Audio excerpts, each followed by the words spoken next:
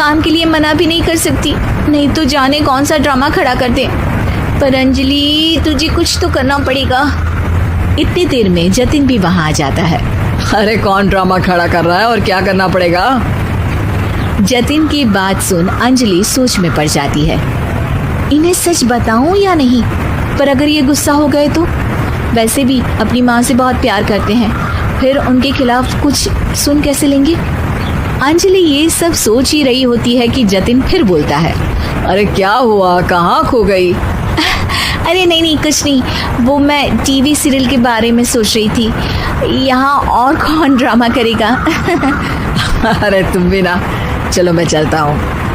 इसके बाद कुछ दिनों तक अंजलि सास को सबक सिखाने के लिए अलग अलग प्लान सोचती रहती है, पर उसे सास के एक एक करके काम करवाने की आदत बंद करने का कोई तोड़ नहीं मिलता।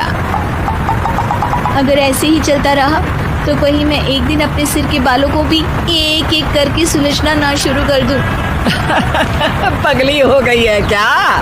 अकेले में क्या बड़बड़ किए जा रही हो? वैसे आज खाने में क्या है? आलू की सब्जी। तो फिर आलू को अच्छे से काट कर उसके कटे हुए कपड़ों को एक एक करके ही धोना है।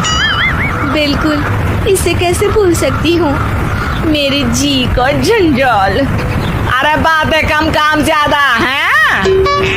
अंजलि एक बार फिर सास के कहे अनुसार काम करने लग जाती है, जिसमें सब्जी बनाते हुए उसके दिमाग में एक आइडिया आता है और वो सास को आवाज लगाती है। मम्मी जी सुनिए जरा, इधर तो आना। अंजलि की आवाज सुन सास रसोई में आती है। अरे क्या हुआ, क्यों गला फाड़ कर चिल्ला रही हो?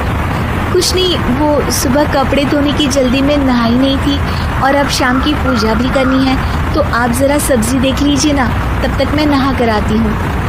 अंजलि सास को रसोई में छोड़कर नहाने चली जाती है। इसी तरह देखते देखते 4 घंटे बीत जाते हैं, लेकिन अंजलि बाथरूम से बाहर ही नहीं निकलती, जिसे देख सास उसे आवाज लगाती है।